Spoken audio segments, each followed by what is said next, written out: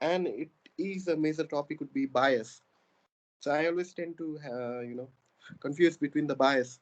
So we will go through the questions about the bias, but and I will give you some of my inputs as well. But this part I find it really difficult to understand as well as to explain. Right? Other things I think I can cover. So let's start with the study designs. Right? So now design is actually divided into Excuse me, observational. Poonam is disconnected. Can you connect her?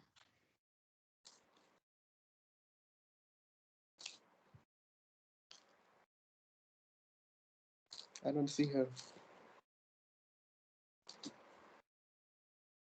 Ask her to restart. It's not connecting. Right. So if I want to go through the studies, so one is your observational studies, right? Then comes your clinical study, right?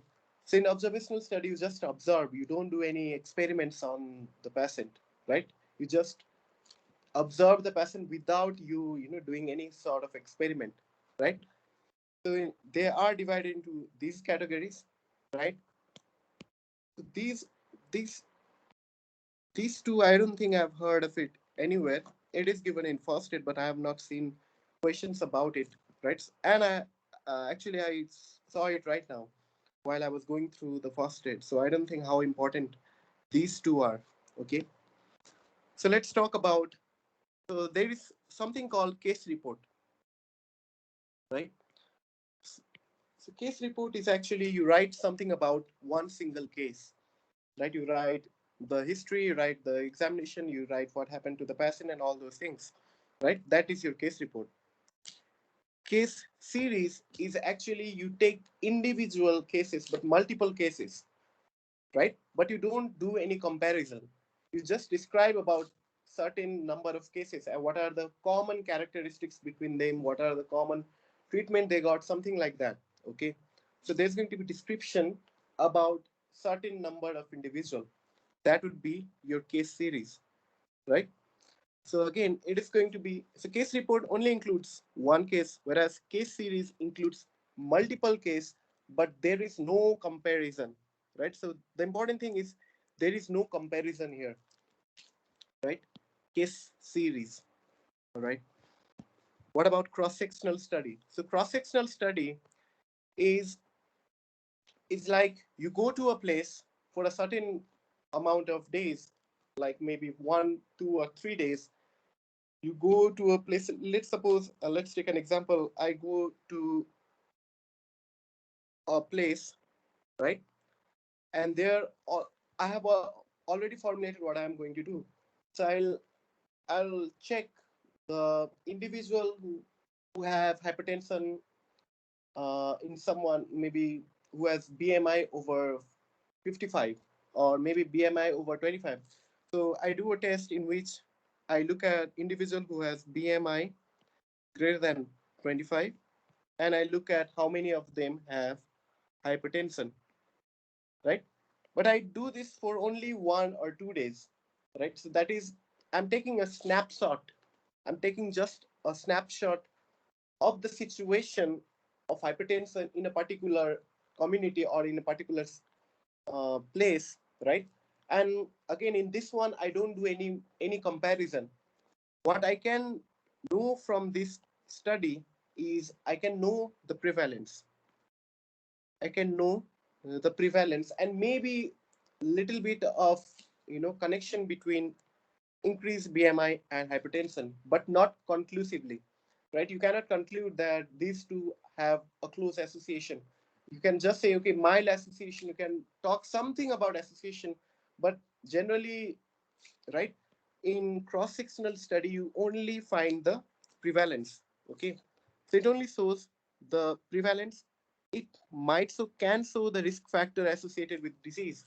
Like in this study, I I I from this study, if I found certain individual who have high BMI, and I also suppose I also checked or the I just did the association of BMI and hypertension, right? And I did it for 2 days. So in 2 days, I saw around 100 patients, right?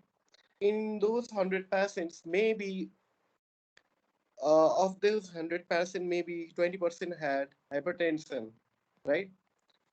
And among these 20%, what I found out is 18 or 20 individuals. So out of 100 individuals, 20 individuals had hypertension. And out of these 20 individuals, 18 of them were of high BMI. High BMI meaning greater than 24.9, right? Whereas two individuals had hypertension, but they had normal BMI, right? So from this study, one, what I can find out is, okay, the prevalence of hypertension in this community of the 100 individual that I randomly tested, I found out 20% or 20 individual has hypertension. From this, I can conclude that the prevalence of hypertension in this particular place is somewhere around 20%. I'm not being sure. It's just from my study, I'm calculating about, a certain range, right? And again, from this study, what I can assume is that this hypertension is actually associated with high BMI. So I can actually give some rough idea, but I cannot be definitely sure because it has only been done for 20 days, 2 days, and it is a snapshot. I am not following other things. There could be multiple other factors like smoking and all those things, but I'm not looking that. I'm just for the time being in that 2 days, I'm just able to find out that maybe higher BMI is associated with hypertension. Only that you can conclude from cross-sectional study.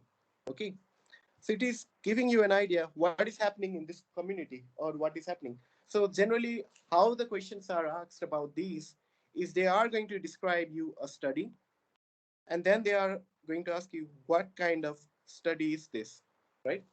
And generally for cross sectional they are going to go to a certain place and then they are going to do try to find out association between two something, but they only do it for maybe 1 or 2 days or 3 days or maybe 1 week, right? And then they conclude, okay, this is related to this one. So they will ask you what is the type of study. We will do the you know problems as well. So then it is going to be a lot more clear, right? So biostat, basically what I used to do earlier is I used to do questions and then I used to explain, right? So I'm going to do that today as well. So what about case control and cohort study? So case control, the name itself has case and control, right? So there you have two groups. So I'm going to divide it into two groups. One would be the case, one would be your control, right? In case control study, actually you the case and control are those individual, right, that already have developed the disease. In this, what I'm doing is I'm actually taking the individual who has the disease, right, as case, and taking the individual who don't have the disease as control. And then I'm going to trace back in the history to look at if they are exposed to a certain risk factor or not, right? So what I am going to do in case control is I'm going to take diseased cases and then I'm going to take non-diseased control, right? So this is my starting point. This is my starting point, right? And now I'm going to find out how many of these diseased were exposed to a certain risk factor and how many of these non-diseased were exposed to the same risk factor. Okay, and then I'm going to compare between them. Okay, so for case control, so now if I'm reading a question and if in the question the case or the patient, if I'm selecting those patients who already have disease an outcome or a disease or an outcome, right? So if I have already had an outcome, that that question is probably asking about case control. Okay, that question is probably asking about case control. All right. What about the cohort? So in cohort, what I do is I actually again cohort is also going to have two groups. One group is going to be someone with a risk factor, right? One group is going to have risk factor, and another group is without risk factor. And then I'm going to follow them up for a certain duration of time, right? I'm going to follow them for a certain duration of time, and then I'm going to look how many of this individual of risk factor developed disease versus how many of those individuals without risk factor developed disease, and then I'm going to compare between these two groups, right? So that is how in cohort I'm actually looking at the risk factor, then I'm doing the follow up, and then finally I'm looking at what has happened to the ones who have the risk factor versus the one who don't have the risk factor, right? Okay, that is your cohort.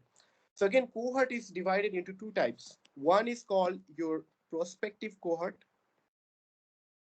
prospective cohort. Another one is called your retrospective cohort.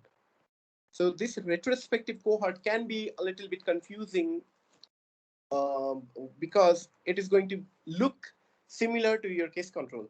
Okay, so what happens in retrospective cohort is actually generally in case control also you generally look at the records and then you trace the risk factor, in which in case control my job is to find the risk factor. Okay, okay. In cohort what I do is I also look at the record, but in the record I don't look at the disease. I look at how many of the individual were exposed versus how many of the individual were not exposed, and then I'm going to look at the progression, what happened. Again, this could be, both of them could be occurring in the past. What I did was in retrospective cohort, because it is a cohort, I will take one group as having the risk factor, but again in the past from the record itself. Okay, and another group would be someone without the risk factor. And then after some time I'm going to look, maybe by successive checking the records I find out the individual with risk factor, how many of them developed the disease, and the individual who didn't have any risk factor, how many of them developed the disease. So all of these are happening by looking at the record, right? Are you able to understand the difference between case control and cohort, respective cohort? No. Can No? you just one more time? Sorry. Yes. So in case control, so if I'm starting, what would be my start point? My start point would be I'm taking, let's suppose there is, I take case. So my case is individual who have lung cancer, right? And then what should be my control? So I should take those individual without no lung cancer. Yes. So I'll take maybe 10 individual with lung cancer and 10 individual without lung cancer, because I'm taking the diseased population, right? And my purpose now, what I am trying to determine is if smoking is a risk factor for lung cancer. So what I do is first I take this individual and then I ask them, well, how much did you smoke? I ask about the smoking history with this individual, and I ask about the smoking history with this individual, right? Okay. And from there, I can actually find out how many of the individual with lung cancer actually smoked, right? And how many of those individuals who didn't develop lung cancer actually smoked, right? So that way I can actually, from the disease, I'm looking at the risk factor, right? So I'm taking the disease and then I'm looking at the risk factor. That is your case control. Okay. Okay, I'll show you the question and then maybe you will understand a little bit better, right? So in retrospective, what is happening is, look at here. So what is happening is you are taking, again, you're looking at the records, but from the records, I'm sorting out two groups. In first group, I'm taking only those individual who are smoker from the records, right? And in the second group, taking those individuals who are non-smoker, right? And then I'm going to look at them, how many of these smoker actually developed lung cancer, versus no lung cancer, and how many of these non-smoker developed lung cancer versus no lung cancer. So in this retrospective cohort, my starting point was risk factor, isn't it? Yes. Versus the previous study in which my starting point was individual with lung cancer versus individual who were not having lung cancer. Do you see the difference? The starting point is different. And then in the retrospective, since I don't have the individual and I'm not following it, in prospective what is happening in the present time, I am taking maybe 8 individual who is a smoker and 8 individual who is not a smoker, and then maybe I'll follow up them for the next 10 years, and then I'm going to look at how many of them developed lung cancer versus no lung cancer. But in this one, because I'm looking at the record, I don't need to follow them up. I can just look at their records and find out if they are a smoker or non-smoker, and then I look at after how many years they developed lung cancer versus non-lung cancer. Do you understand the difference now? No. Yes. Yes, I did. Thank you. Yes, Francisco, did you understand? No. So which one is No. the accurate? Accurate. Don't worry about accurate for now. They don't ask you which one is accurate. That's why you don't need to know about it. However, what is required is case control. So cohort, because you are following them up, right? So you can directly you can be more actually cohort study helps establish association, because I'm taking a smoker and then I'm following them up for a certain duration of time, and then I'm finding if they are developing lung cancer or not. And if I find individual who are smoking develop more of these individuals who are smoker develop lung cancer, I can conclude that yes, smoking is associated with lung cancer, isn't it? Because I'm following them up, right? Versus case control, actually in case control, you are simply asking them questions, right, about their past exposure. So there could be multitude of factors. So there could be different factors that could be affecting them. So actually case control does not help too much as much as cohort study to establish the causation. Causation means one thing leads to another, right? So keep that. So one question they ask you is, they will give you case control and cohort, and from which of these you can actually find out causation. Your answer would be cohort, right? One more question they will ask you is, what kind of study is done for rare diseases? So if there is a rare condition, do you think I will be able to find many patient? Suppose there is a condition that occurs in one in every 50,000 individual, right? Okay. And now if I want to look at the risk factor of this disease, right? So I will have very much difficulty in finding even 10 patients or maybe 20 patients, isn't it? And then follow up them. So it is really difficult, because it is a rare condition. Even if you take 200 individual or 2000 individual and with a risk factor, and if you try to follow them, maybe none of them will actually develop the disease, because the incidence of disease is 1 over 50,000, which is very low. So generally case control is the method of choice or the study of choice for the rare disease. Okay, keep that in mind. Did you understand what I'm trying to say? Yeah. For rare disease, right? For a very rare disease, you cannot, take, because if you want to do a cohort study, you have to take a very large population and follow them up for don't know how much of time to get one event. So you, with just, even if I take 50,000 individual for the study, I might only get one diseased individual. So how can I, so the risk between the two conditions? Or maybe let's say only one in 2,000 gets the disease. Even then, even if I take 200 participants, only one of them are going to develop the disease. In that case, cohort study will not be possible. because it requires follow-up, right? That is very difficult to do. So in that case, you for the rare disease, you perform case control. Okay, that is one question you have to know. So simply that is one question. Now the case control and cohort, you have two groups, and in these two you are actually comparing. You are comparing, right? In case control as well as cohort, you are comparing. So what is used for comparison?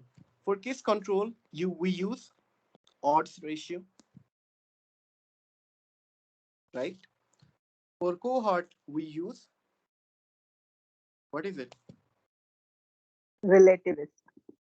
Relative risk, as well as sometimes people also use attributable risk. Generally, relative risk. Okay. Sometimes attributable risk too can be used. Okay. So okay, I'm going to ignore this too. I'm going to tell you about the ecological study. So only one thing you have to know about ecological study is it is done. So these study are done in individual level. So there's going to be certain number of individual, right, in the study group versus the control group. Whereas for ecological study is done at population level.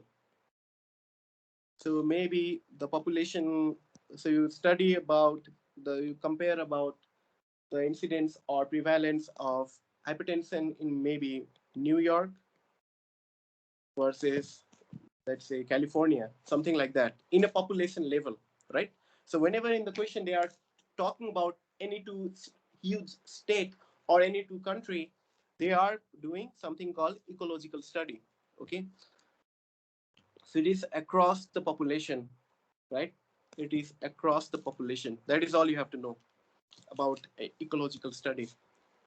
Now, like directly, let's come to the calculations. Okay, because these are the two things that is very important. One, you have to know what are the kind of study, and you are definitely most 100%. I'm 100% sure you are going to get question from cross section case control cohort, either in identifying the question or in calculating these things, right? So that is 100% you are going to get it in your real exam, in your NBMEs, whatever you do, right? So now, what do you mean by odds ratio, right? For that, you need to be able to construct this table. So you know our famous biostat videos of Randy Neal, right? So I have actually done my biostat from him. You can get his videos from YouTube if you have not known about him. Randy Neal biostat, right? And he has done all the essential. And basically, I'm doing the same thing. Whatever he have said, so I will be doing most of the things similarly, right? Okay. So now, if I am making a table, right? So what he says is this table above should be the reality. That means real world, right? Whereas in this side, you have the test.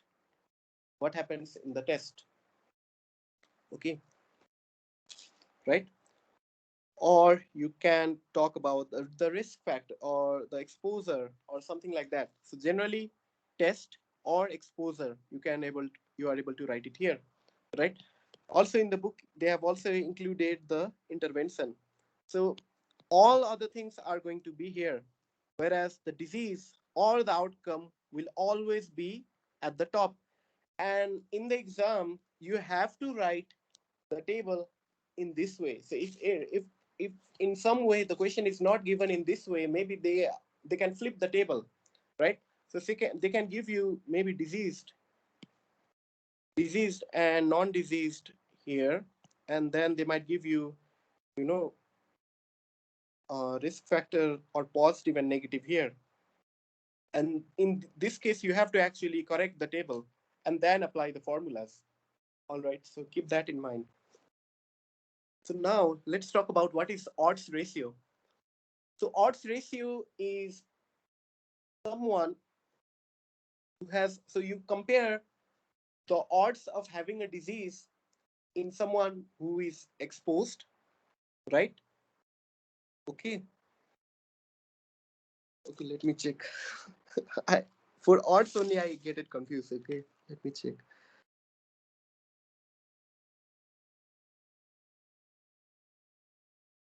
The odds of. Again, I got confused. I was just getting it right. So exposure are equal to, yeah. So the way I want to actually, verbalize it, because I can simply write the formula, but that won't work. So that is why. FSC is actually, yeah. So it is this way.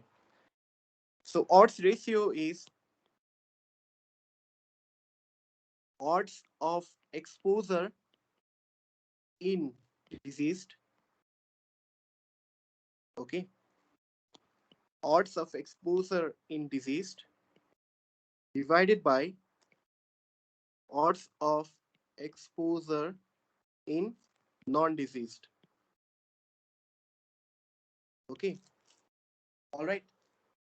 So that means odds of exposure in disease by odds of exposure in non-disease. This is actually the way to write the formula. Okay, and although they have done it in numerical, so odds of exposure in disease means you look at how many.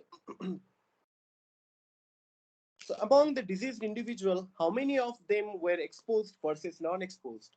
Okay, divided by among the non-diseased individual, how many of them were exposed by non-exposed? Do you understand how I'm getting to the formula, right? So if I write it here, so let me say smoking, right? So now this plus represents smoker, negative represents non-smoker, right? Or exposure, that is smoke exposure to smoke versus non-smoker.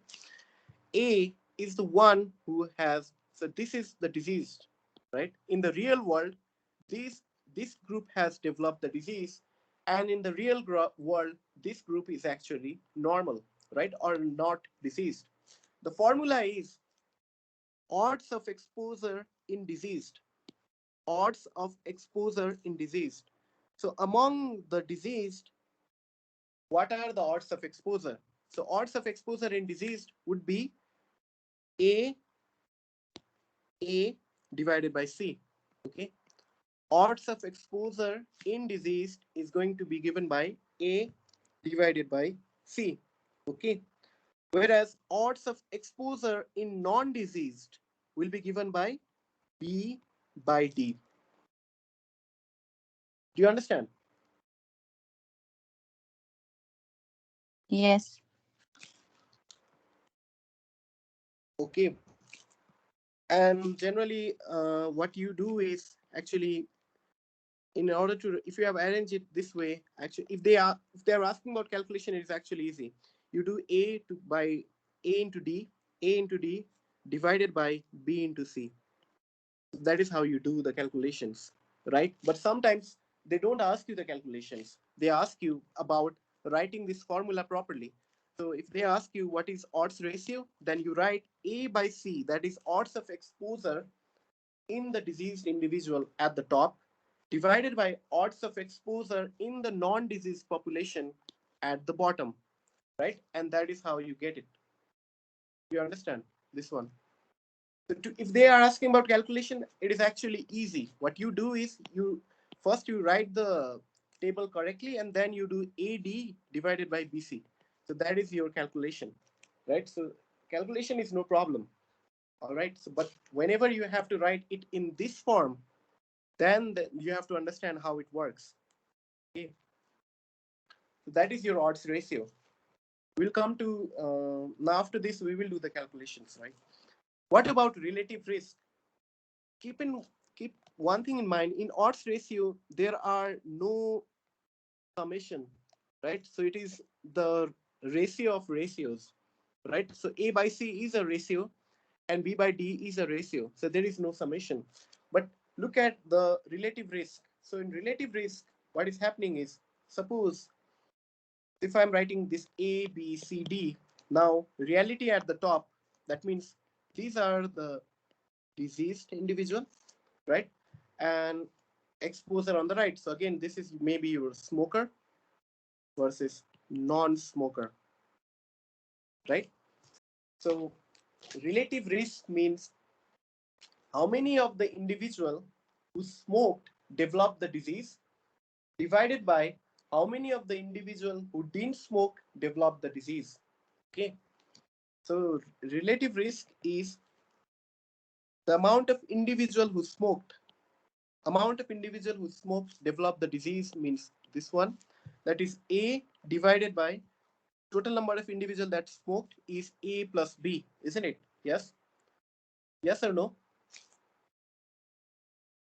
If this is your smoker, all of these are smoker, isn't it? Yes.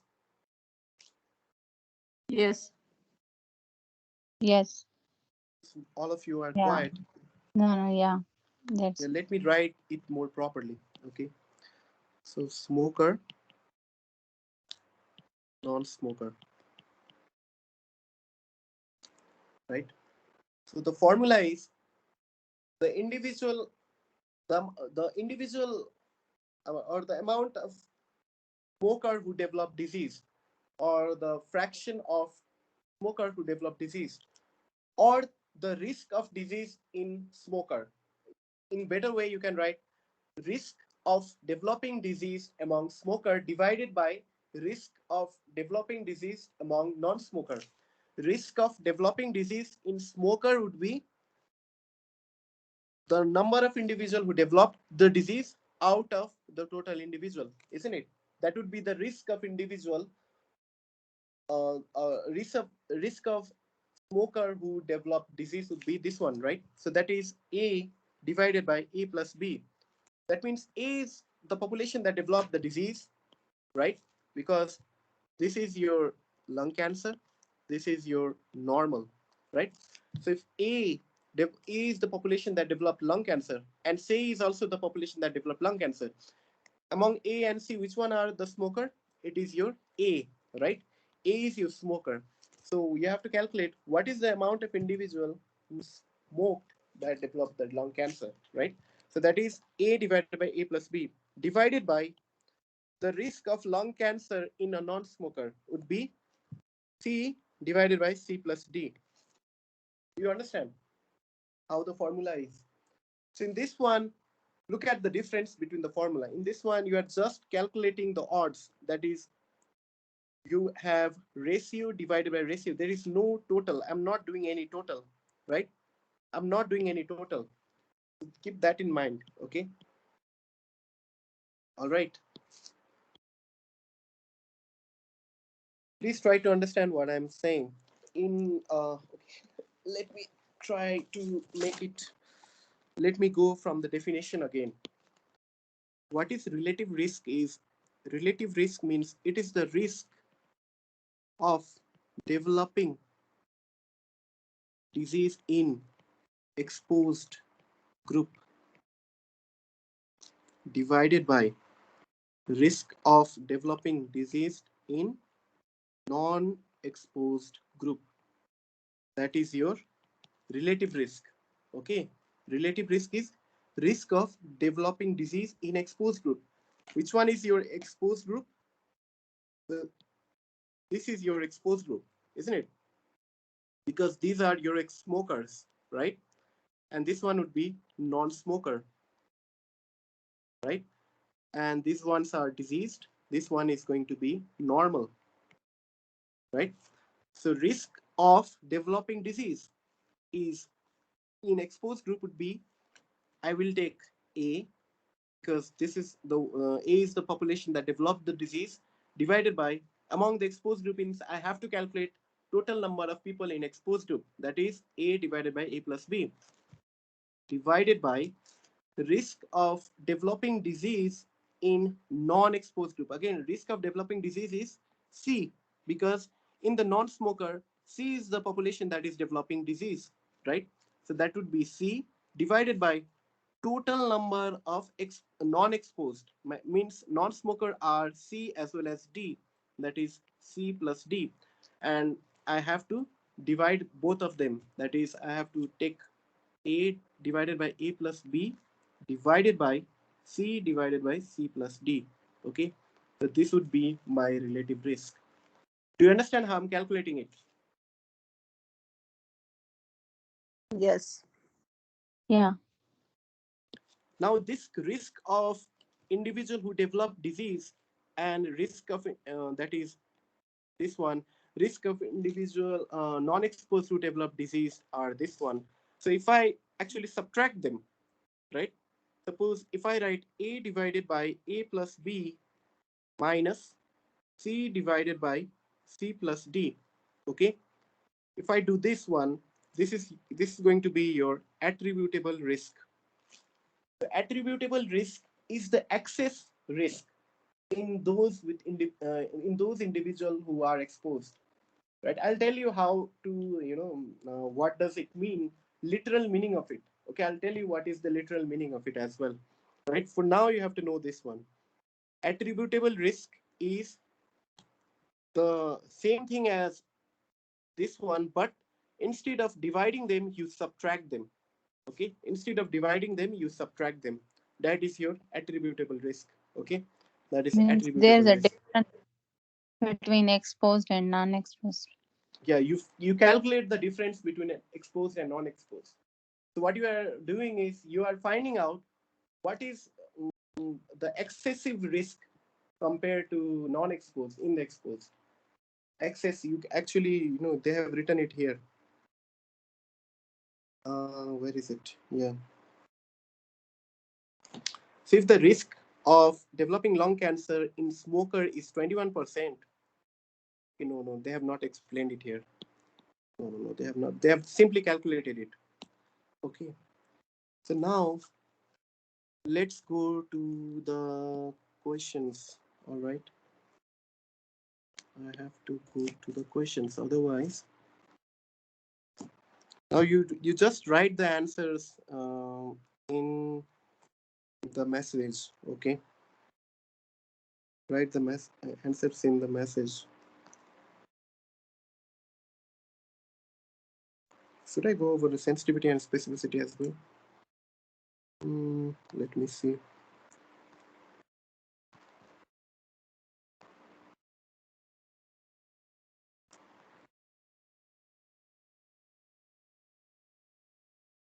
Where is it?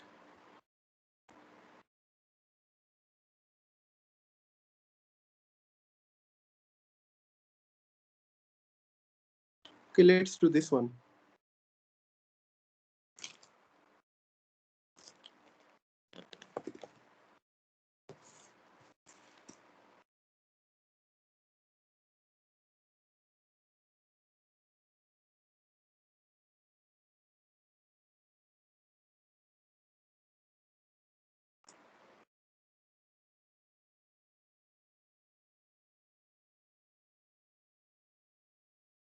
Are you able to see the question?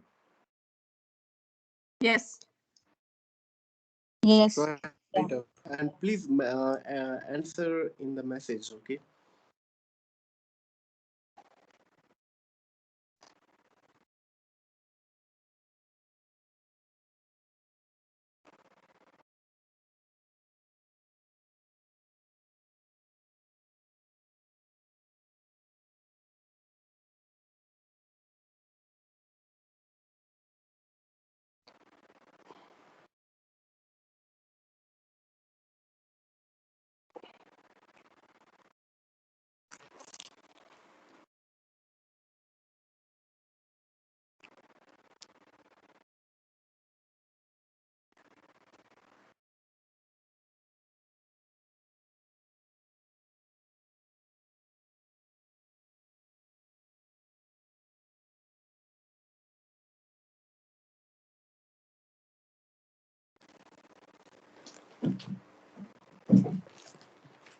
And please do 16 as well.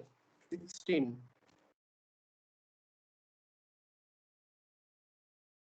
I wish I could show you 17. Let me try. It's actually difficult. Okay, leave it. Let's do 15 and 16 only. Okay, I'll come. I'll be back in 2 minutes, okay? Please try.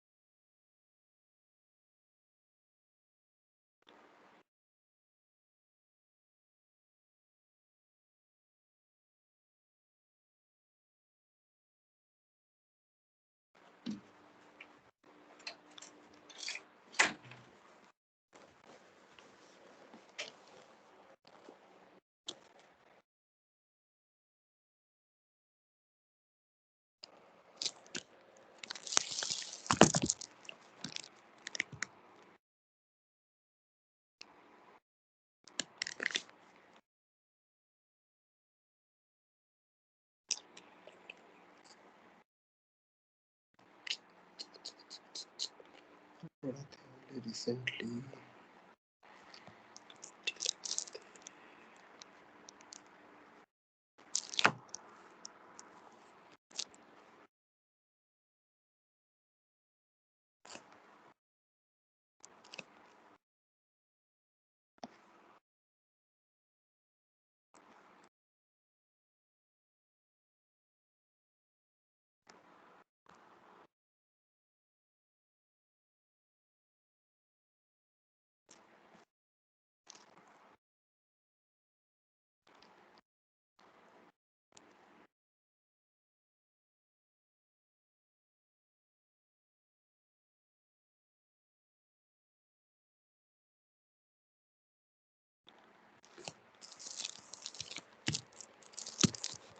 Are you done with it?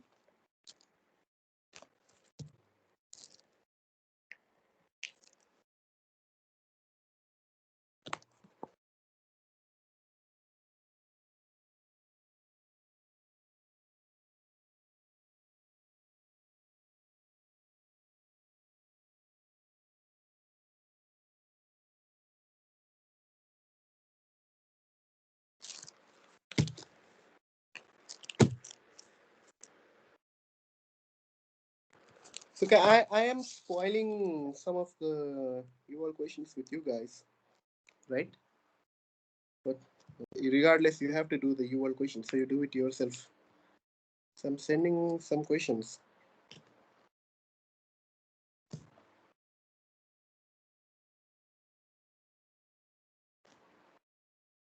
Please check the group. I posted a question there.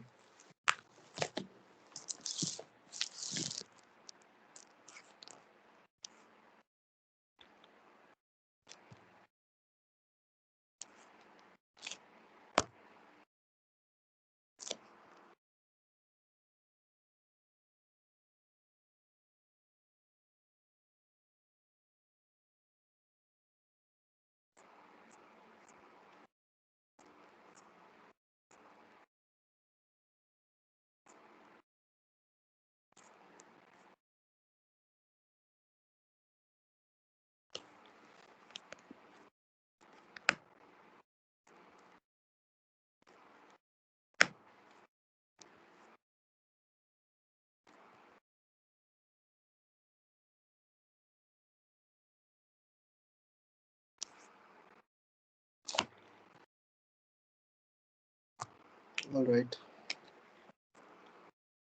So I am getting some question answers right.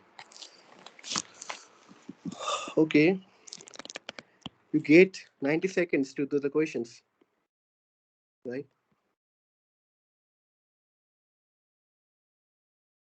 So if the studies undertaken to determine if the prenatal exposure to marijuana is associated with low birth weight. Can you explain it? I cannot understand this question. I'll explain it. Yes, I haven't Okay. read the question Sorry. myself. Let me find it. 20 mothers are 2 mothers. Mothers Excuse me, I application. cannot see the 16 number. You can't see the 16 number. Yeah. Yeah.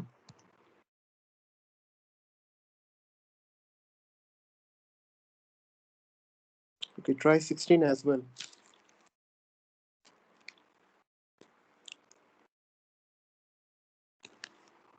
Okay, let me do keep it this way.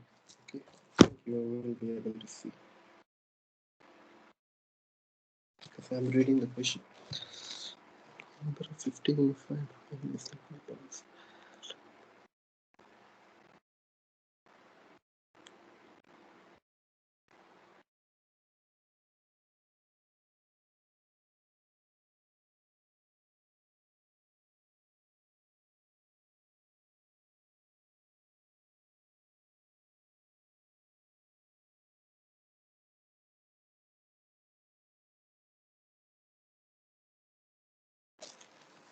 Okay, any guesses for 16? I don't see any I think guesses. I think C. I'm still reading 1 sec. You don't answer here. Please type it. The group.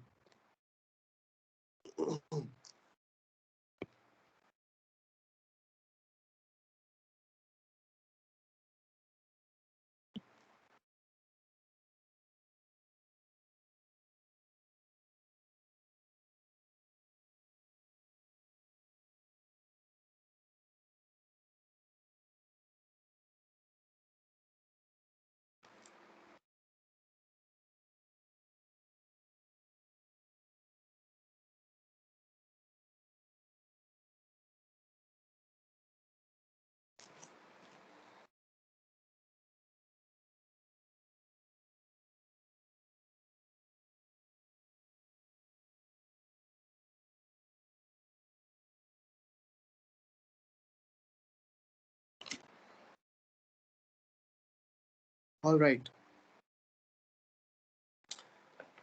All right, that's enough. Okay, let's go to the question. Go through the question now. A study is undertaken to determine if prenatal exposure to marijuana is associated with low birth weight in infant. Mother of 50 infants weighing less than 5 pound, 50 total is 50. 50, okay, 50 infants weighing less than 5 pound and 15 infants weighing more than are questioned, right? So in this one, I'm starting my study with mother who has already has who already have developed the outcome, isn't it? So I'm trying to associate if marijuana marijuana use and birth weight, isn't it? And in so this is my risk factor. Is there any problem understanding this point from the question? No, no. So since I'm taking the outcome or the mother with one less than 5 pounds, and two more than 7 pounds, right? So I am taking the outcome, isn't it? I am taking the outcome. Okay. And what I am trying to find is I'm trying to find out how many of these were actually related to the risk factor. That means I'm starting from the outcome and looking for the risk factor. That is your case control. Yes, yes or no? Yeah, yes. Yeah. We know that So that is disease. how you are going to actually. So here, although they have given you what is the odds ratio, sometimes they might not give you that. So, or you might have to analyze based on this. What is the thing you have to calculate? Is it your odds ratio or relative risk? Relative risk. So if this is your case control, you can only calculate odds ratio. Had it been your case control, you are supposed to calculate relative risk, right? And in this one, because it is your case control, you are going to calculate now odds ratio. Now you have to punch in the values, right? Whatever the values we have. So we have 50 individual. So these are the reality means one with, so positive means the diseased one. So disease is your low birth weight, isn't it? In this population, diseased individual are your low birth weight. So those individuals that are less than 5 pounds. So that is 50. Total should be 50, right? Isn't it? Also, in the normal greater than 70, the total should be 50, right? Isn't it? Yeah. So total diseased should be 50, total non-diseased should be 50. So among the diseased, how many of them actually consumed, exposed? It is 20, right? So 20 would be here. What about the remaining? That is your 30 is not exposed. And among the normal individual, exposure is only seen in 2, and this one is 48. Something like this, or I did some mistake?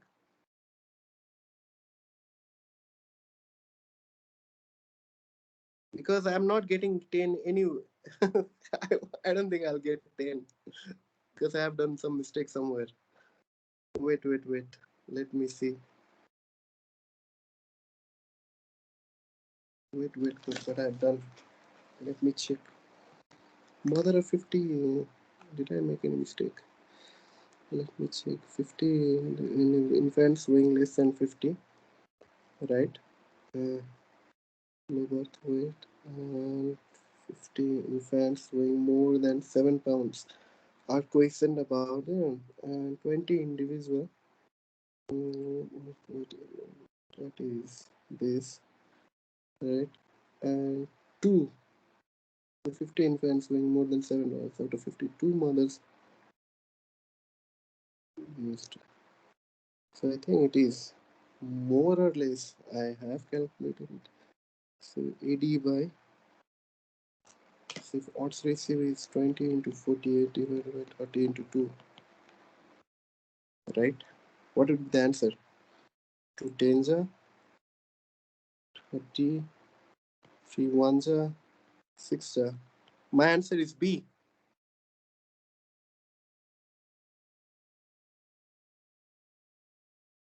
First of all, did you get how I did this? This is the point that is important, because calculating the table is the difficult part here. Did you understand what I did? I'm going to do it again if you don't Yes. understand it. Yeah. And again, if I am able to construct the table, the calculation is easy. You do AD by BC, isn't it? Yeah. So that is how what I did here, AD by BC. So that is before calculation, it is actually easy, isn't it? So please tell me if you have any problem understanding this, and then I'm going to explain it again if you are not able to understand it.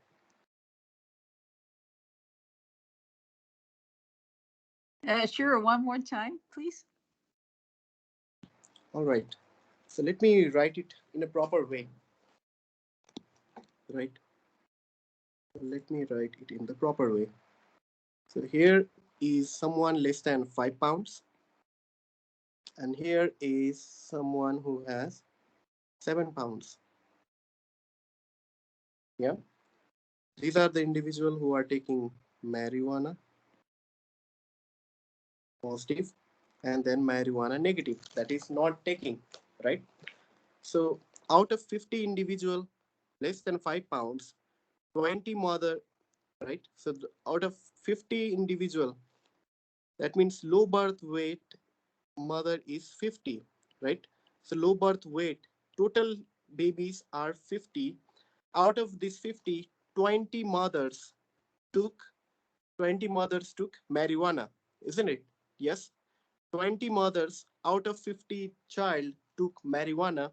That means how many how many of these mother with low birth weight didn't take marijuana? Of the 50 30. child with low birth 30. weight, out of 50 child with low birth weight, 20 mothers took marijuana. That means the remaining child with low birth weight, the mothers didn't take any marijuana, isn't it? Yes. 30. Yeah. Yes. So again, out of the 50 child less than 5 pound, 20 mothers took marijuana, 30 didn't take marijuana. Yes. So in the top, again, what you have to write on the top is important. On the top is your reality. Reality means real world or diseased, whatever you think, or outcome. In this one, outcome is your low birth weight, isn't it? Yes. So your low birth weight would be written at the top. Now on the left side is the test or exposure, right?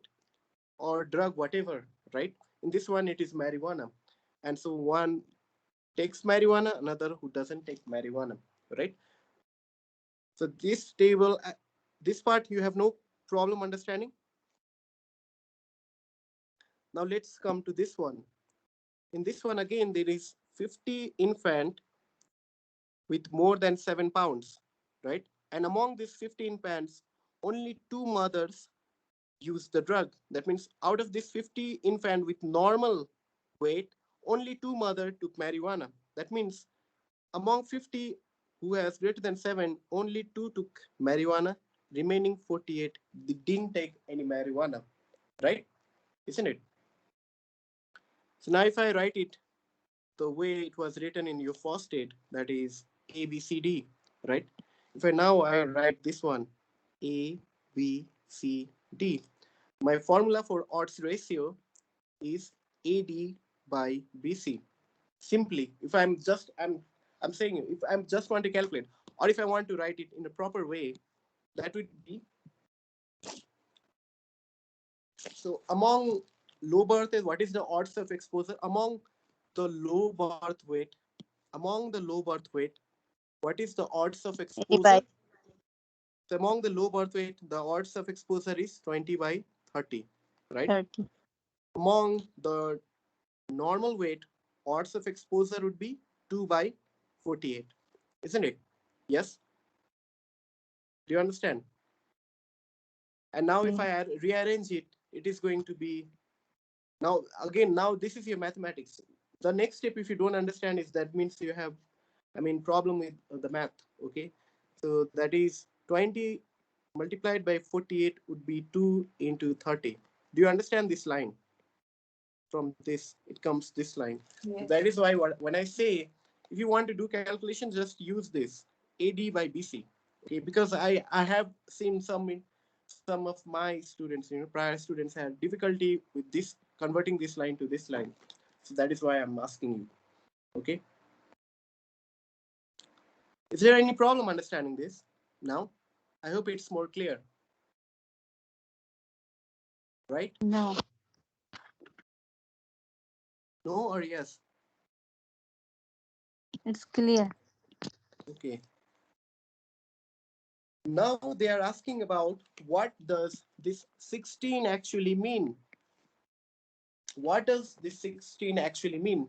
They are asking about what does this odds ratio mean? Literal meaning, what does it mean? It means the mother, even without looking at the answer, if I want to make a statement about odds ratio, is mother with low birth weight child is 16 times more likely to have smoked marijuana. This is the literal meaning. Mother with low birth weight child is 16 times more likely to have smoked marijuana than mother with normal child. Okay, so that is how literal meaning is. Which one does? Which one looks similar to this one? B. Infant of low birth weight was X times, not infant. Okay, infant. Yes, infant. So not the mother. I can replace it with infant. With the infant of low birth weight was X times as likely as infant of normal weight to have had a mother who used to smoke. Yeah, this should be your answer. Do you understand how? What is the literal meaning? Yes. Yeah. Mm. What is the meaning of E? Is The there? I prevalence think of low birth weight in infant whose mother smoked marijuana is X. So that is incorrect statement. You don't have to know about prevalence. You cannot calculate prevalence based on this data. Okay, that is incorrect.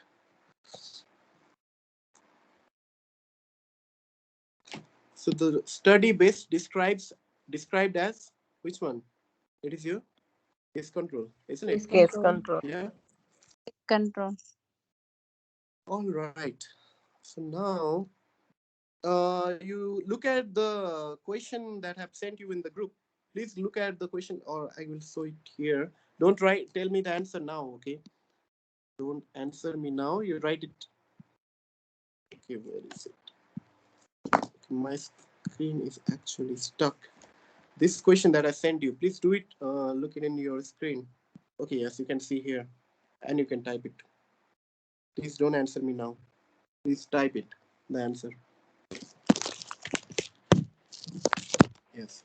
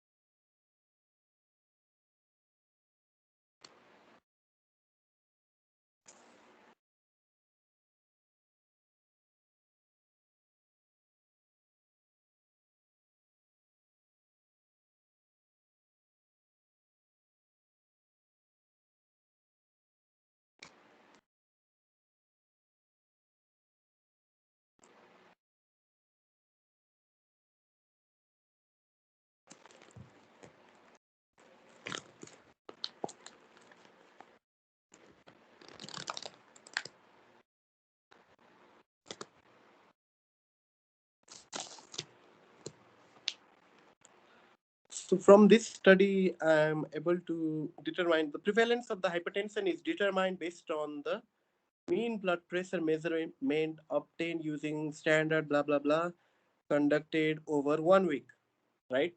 Based over 1 week, right? So it is a very short time, isn't it? Yes. So based on the analysis result, the researchers conclude that blah blah blah is associated with hypertension. Which of the following best describes? It is your cross sectional. This one is your cross sectional.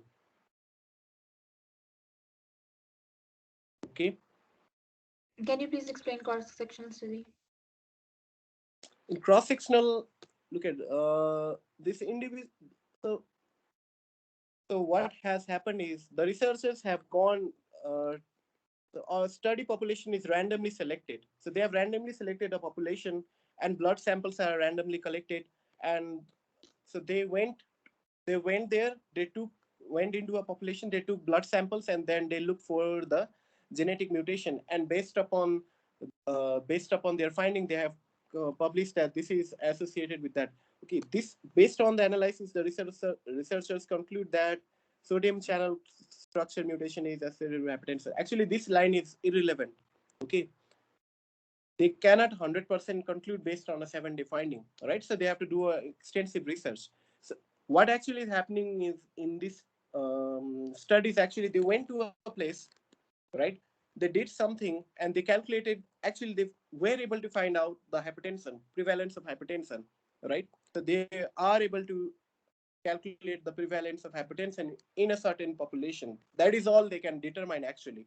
And to some extent, they are able to conclude that maybe sodium channel, mutation is associated with hypertension. Okay, they have concluded that too. But in this one, why is it not case control? You know why there is no comparison group here. Are there comparison group in this one? So it is not your case control. It is not your cohort study. In cohort study, what you are going to do? You are going to look for the risk factor. So if you consider that to be a risk factor, again, they have not followed up. So 7 days, it's not following it up. All right. So cohort is gone. Randomized clinical trial means you give, so in randomized clinical trial you actually divide the group into two groups. In one group they are going to get an intervention, maybe a drug, right, or maybe some sort of intervention, and in another group they are going to have no intervention or placebo, and then they are going to follow, then they are going to look compare between the groups. In this question, have they compared anything? Do you see comparison anywhere in the question? Do you see anything being compared? No. There is no No. comparison. No, So no. just by absence of No. comparison, even if you don't know what the answer is, you could have ruled out the things that you know. So your case control cohort is ruled out. Prospective, retrospective doesn't matter. It is a cohort, it is ruled out because there is no comparison group, right? Because there is no comparison group, case control and cohort is ruled out. So now if you are confused among B and D, again, randomized clinical trial, I haven't told you about it. So randomized clinical trial is what we do for the pharmaceutical drugs, like for the COVID vaccine. What we did initially, we did certain phases of trial. In those phases of trial, we actually divided two groups. In one group, you got the COVID shot, and in another group, you got a placebo. And based upon that, you compared the results of how many of the in the group of COVID who got the shot actually got prevented from having COVID versus the ones who got the placebo shot, right? And if there was a stark difference, that means the ones who got COVID shot actually developed very less disease. That means the vaccine is effective, isn't it? So again, you have to compare. In in your clinical trial, you actually do the experiment, means you give them certain intervention, right? In this one, there is no intervention. That okay. So this one would be your cross sectional. Once you try, once you start doing more questions, then you will start getting an idea. Okay. The, So for cohort studies, a Yeah. 1 week study is not enough to come up with a conclusion. Is that correct? Because I thought it was a cohort perspective because they did it for a week and watched the patient for a week. They didn't watch the patient. So where is the control group? So in cohort also Uh, you have two groups. One should be your exposed group and non. What is the exposure here? gotcha, So gotcha. All right. Mm-hmm. there is no exposure in that question. Is there anything that is exposure? Are you able to find any exposure here? There should be some exposure, No. isn't it? Mhm. Yeah. Okay. Or certain risk factor. Okay.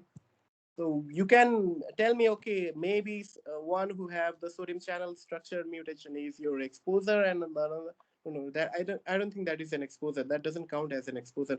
And also, just for 1 week, I don't think there is any cohort study you only do for 1 week. All right, you'll come to know more about it once you start solving more questions. Okay, you'll have a better idea. Actually wanted to search some more questions about from step 2 because I didn't want to spoil step 1 for you. Yeah, but no matter. Yeah. All right. Okay. So what you can do is actually you can select biostat questions from you all and only do the ones that you have covered, or you can do it later. It's up to you, right? So another thing today I will tell you is about. Okay, yeah. Before that, let me. Okay, let's say I get an odds ratio of 1. What does odds ratio of 1 means? Odds ratio of 1 means. What do you get from this odds ratio of 1? Means equal in cases and control What group. does that mean? Yeah, like 2 by 2 or like 10 by 10.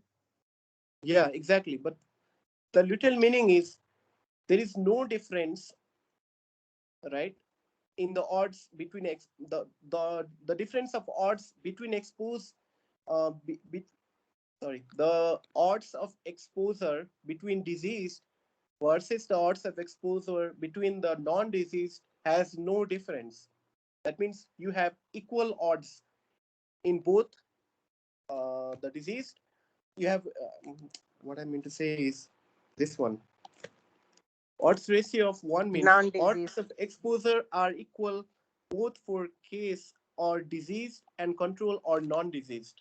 You cannot, you cannot now determine which one is, I mean, among the diseased and non-diseased, who is exposed versus non-exposed, something like that. I'll tell you how to, calculate it because this is going to be important. So if I do a test, I try to do a test and I find odds ratio to be 1. That means I didn't find anything. Okay. If I find my final result to be odds ratio is equal to 1, maybe in the previous study, in the low birth weight group as well as the normal weight group, right? If both of them, if I calculate odds ratio for low birth weight and normal weight group, and if I calculated the what is the risk of, among odds of developing low birth weight in ones who is smoking marijuana versus non smoke those who are not smoking marijuana, right? And if I get the odds ratio to be 1, that means, what do you mean by that?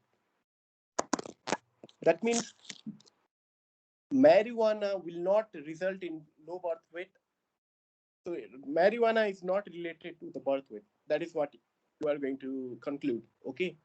You are not able to find any difference in mother who has low birth weight. That means low birth weight and normal birth weight was not related to marijuana consumption if the odds ratio was found to be 1. Okay. Do you understand? If I get odds ratio to 1 Yeah. in the previous question, that means the among the low birth weight and normal birth weight, there was no risk due to marijuana in developing these two conditions. Okay, that is what it means. I'll tell you why it is going to be important. Similarly, if relative risk is equal to 1, what does that mean?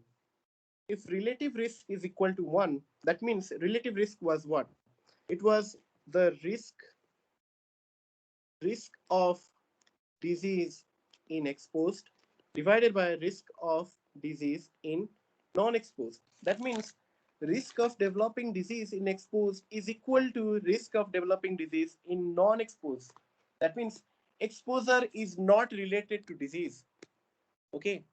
Odds risk, relative risk equal to 1 means those individuals who were exposed to A and those individuals who were exposed to B, and if I followed them, both of them, whether the number of individuals who got the disease in exposed will be equal to the number of individuals who got the disease in non-exposed. That means there is no difference, right? I'll tell you why it is in later. You will know why this relative risk equal to 1 and 0. Similarly, tell me one thing. What should be the value of attributable risk if there was no difference among the exposed versus unexposed? What should be attributable risk? If I conclude in my study that there is no difference in uh, in the risk of developing disease in among exposed versus non-exposed, what should be your attributable risk?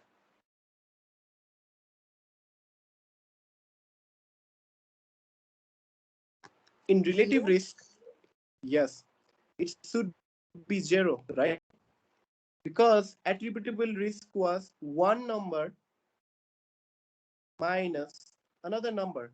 And if both of them are equal, that means there is no difference, right?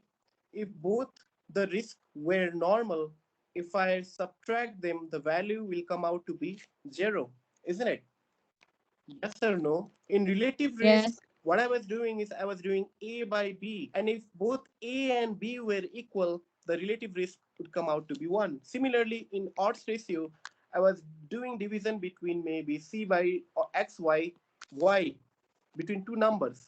And if both the numbers comes out to be same, that means odds ratio is equal. That means both of them, both the odds are going to be equal, or both the risk are going to be equal. Similarly, both the risks are equal. If I have to calculate attributable risk, what I do is I subtract them. The answer would be 0, isn't it? Yes. Is there any problem understanding these three things? The meaning of odds ratio equal to 1, relative risk equal to 1, and attributable risk equal to 1. Okay, I hope you understand it. So what I mean to say is attributable risk means this value minus this value. If both of them are maybe this one is 8, this one is 8. If both of the risk is 8, so the answer would be 0, isn't it? If both of them are equal. Similarly, if I calculate the risk of developing disease among the risk of having the risk of developing disease in exposed is 4, the risk of developing disease in non-exposed is also 4. That means the ratio is going to be 1. That is what I meant. Okay. That is going to be important when we talk about confidence interval. For now, I'm not coming to that. I'll talk about confidence interval tomorrow. Today, I won't be talking about it. Right. So another thing today I will talk is, okay, let's talk about clinical trials. Right. Can we take a break? Not clinical trials. I'll do it tomorrow. Let's do important things. Right. Let's talk about sensitivity. Now the same diagram. If I'm drawing the same diagram, right, and if this is your diseased or in a real world reality, and this is your test, and you got positive on a test, you do a test, and this is a negative result, right? And this is A, B, C, D, right?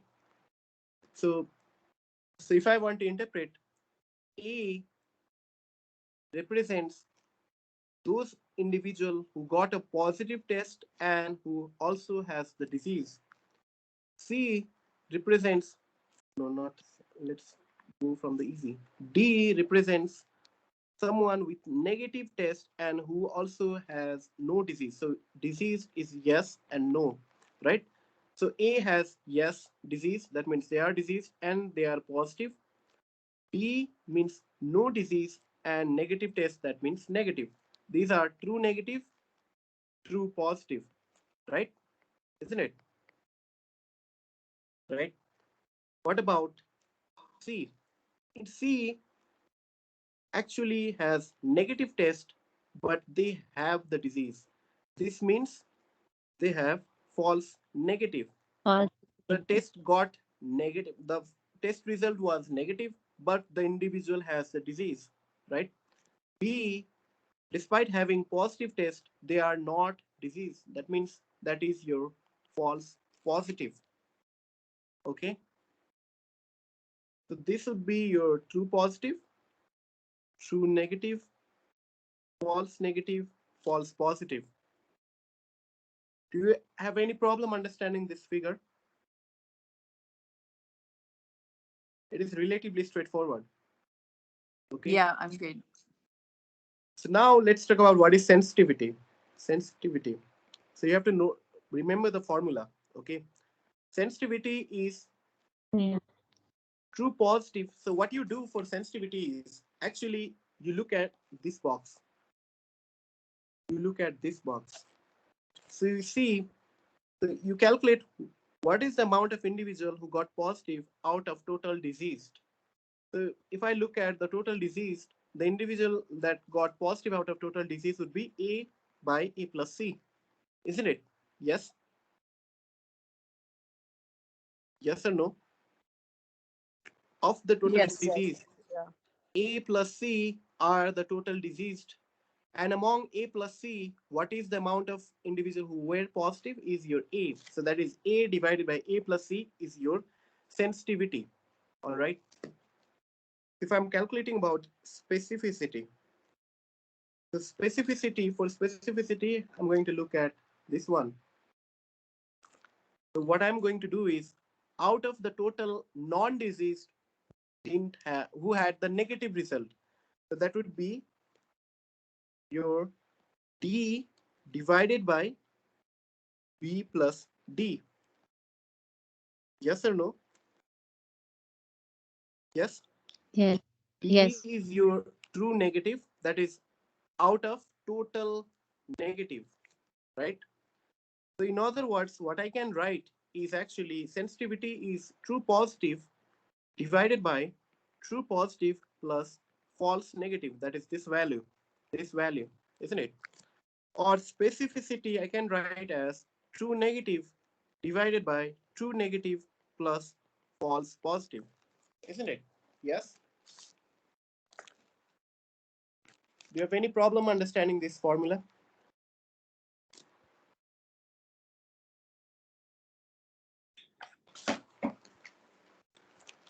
Now look at here. This is your disease population. This is your test. This is your positive test, negative test. These ones, these ones have, these are the total diseased individual. These are the total healthy individual, right? Sensitivity is true positive and you go this way, right? That is true positive divided by true positive plus false negative. That is out of the diseased, how many of them are positive, right? Isn't it? That is your sensitivity. Specificity is you start from here and you go upward, right? So that is your true negative divided by true negative plus false positive. That is your specificity. Any problem with this one? And this is No. something you have to understand, okay? And you have to memorize. So I'm telling you the way to memorize. So what Randy Neal has done is for sensitivity you do this and you go downward, and for specificity you do this and go upward. For positive predictive value, since the name has positive predictive value, you take this one and you go this way. For positive predictive value, for negative predictive value, you go this and you go this way. Okay. So negative predictive value is going to be true negative divided by true negative plus false negative, and positive predictive value is true positive divided by true positive plus false positive. That is how you do the formula. Okay. Again, sensitivity, true positive, downward. Specificity, true negative, upward. Positive predictive value, name has positive. So true positive this way, true what? Negative predictive value, true negative this way, right? So that is how you do it. Okay. Now, what is the meaning of sensitivity? What is the meaning? We have done it several times. A highly sensitive test rules out the disease. And this is something you have to know. Sense, SNOUT, snout. Okay. Sensitivity is done to rule out the disease. That means if you do a highly sensitive test, and if you get a negative value, that means you are essentially ruling out a condition. You are essentially ruling out healthy population. All right. So a, a sensitivity test of 99% sensitive test means out of 100 negative result, they are able to identify 99 correctly, and one may be, false negative. Okay. Do you understand? Yeah. What about specificity? Specificity is SP for specificity, IN, spin. That is, you are ruling in the disease. That means a highly specific test is actually used to confirm a diagnosis, right? A highly specific test, if it becomes positive, if it is a 99%, that means 99 out of 100 individual will actually have the disease. Okay. Do you understand the meaning?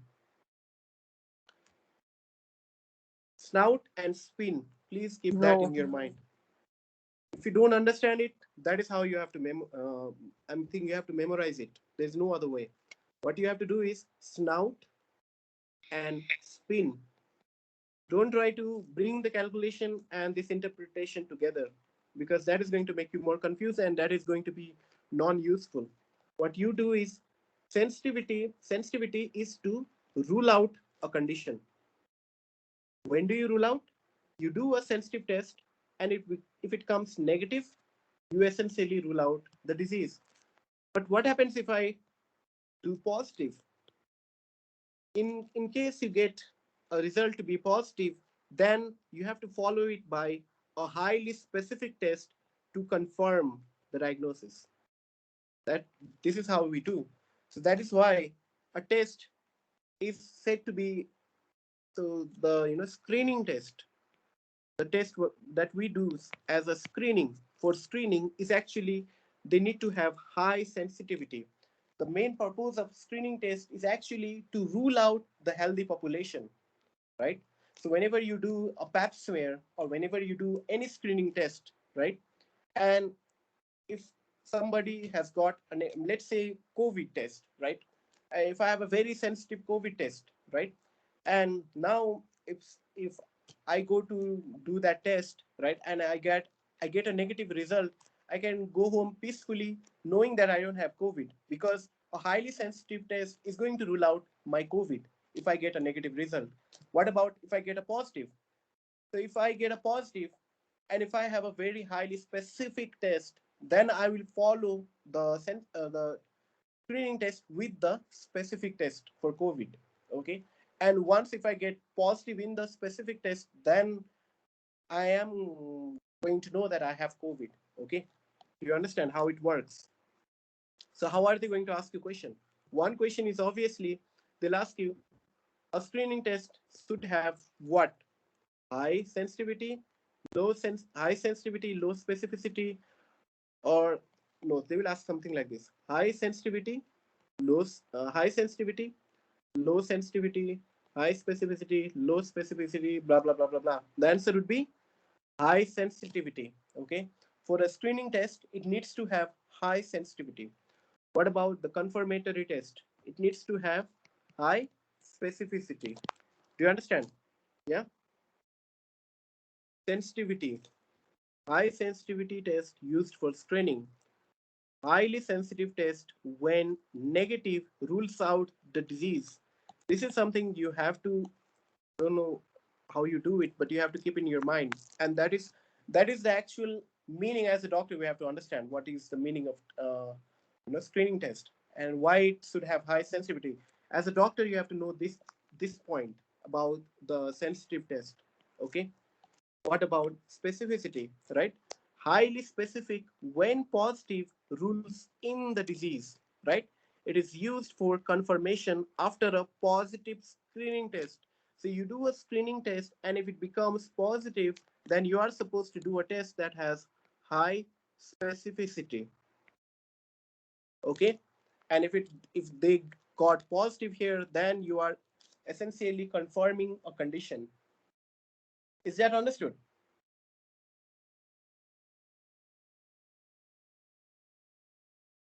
Do you understand what are the points I just told you? I don't. If you just Yes. understand what I told you, over time, you while solving the question, you will be able to solve a most number of questions. Now I'm going to tell you about true positive predictive value and negative predictive value, right? Is there any problem with this one, sensitivity and specificity? Please know that No. sensitivity, you have to know about screening test, right? Screening test is going to have high sensitivity. Your sensitive test has no relation with incidence or prevalence. Your specific test has no relation with incidence or prevalence. Okay? These two tests have no relation with incidence or prevalence. Keep that in mind. Okay? Sensitivity and specificity are fixed properties of a test. No relation with incidence or prevalence. Again, that is something you have to memorize or do whatever, right? Please know that. Okay. Now, what about the positive predictive value? Positive predictive value is actually, I did a I did a test, right? I did a test. I got positive. Okay. I did a test. Maybe that is highly sensitive and highly specific. Okay. And I got a positive result. Okay.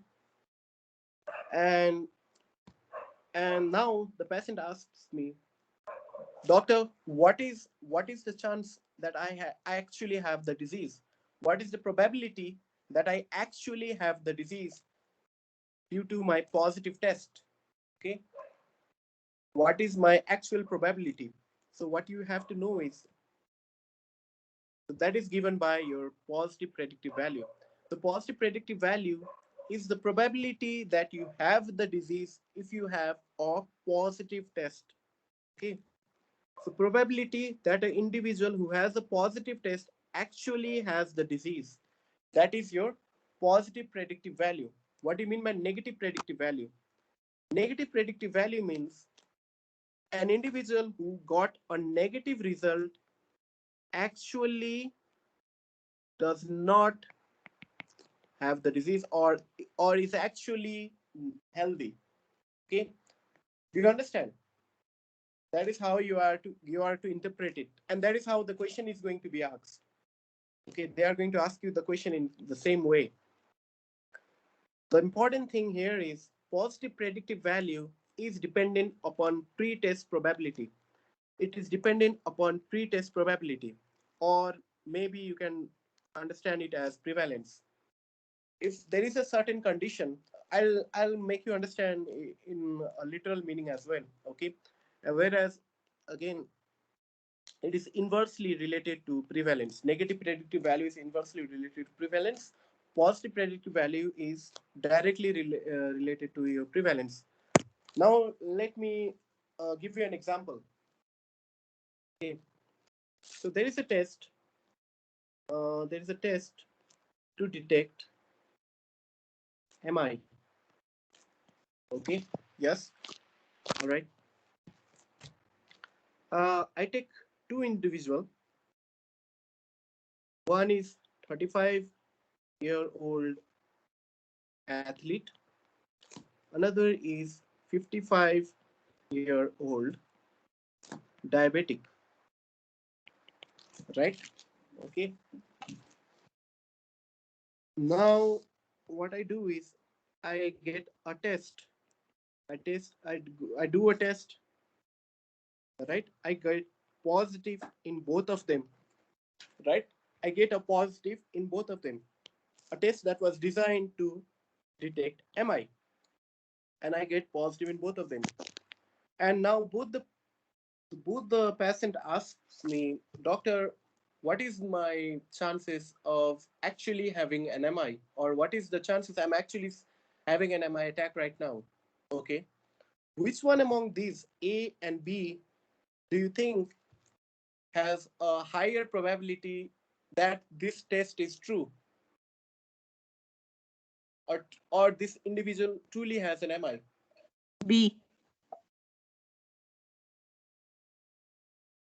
It is your B, right? Because Probably. even before I'm performing the test, if both of them presented with chest pain, even before I do the test, it is your B who is at an increased risk of having MI, or the pre-test, that is before the test, probability of having a certain condition is high among B than your A, isn't it? Yes, yes or no? Okay, Yes.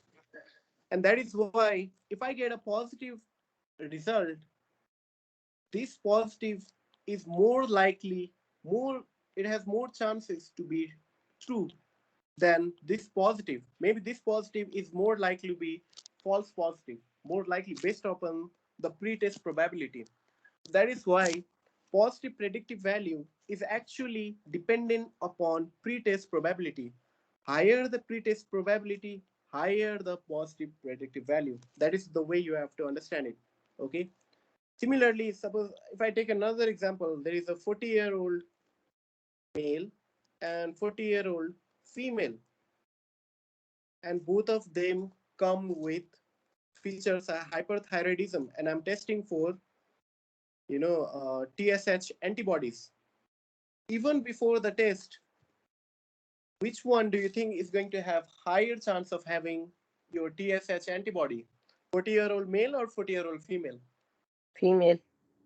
Yes. Oh, So this one has a Female. higher probability. So if in case both of them get positive, it is this one who is going to have a higher positive predictive value. Okay, because they are more likely to be positive if the result is actually positive. Okay, because of their high pretest probability. Okay, that is how you have to understand it. Or you can actually do the test. So it is going to be dependent upon prevalence. So if in a population, so now let's say, let me give you an example of this prevalence as well, right? Um, how do I give it? Okay, let's say, so I'm from South Asia, right? So the TB is highly prevalent in my part of the world. So now I take two individuals. So there is one individual um, who has. So there is two individuals, A and B. This A is from United States and B is from my country, like Nepal, right? So now what happened is both of them did a TB test. Both of them got positive. Now because the TB is highly prevalent in Nepal, this individual B has high chances to actually have TB compared to this individual. Yes or no? Yes. Yes. Yes. Understand it that okay. So understand it that way because TB is also now. Suppose let's do it other way. If both of them got negative result, right? And if I want to calculate negative predictive value, because the incidence of TB is low in United States, this A will have high negative predictive value because of low prevalence of TB in USA.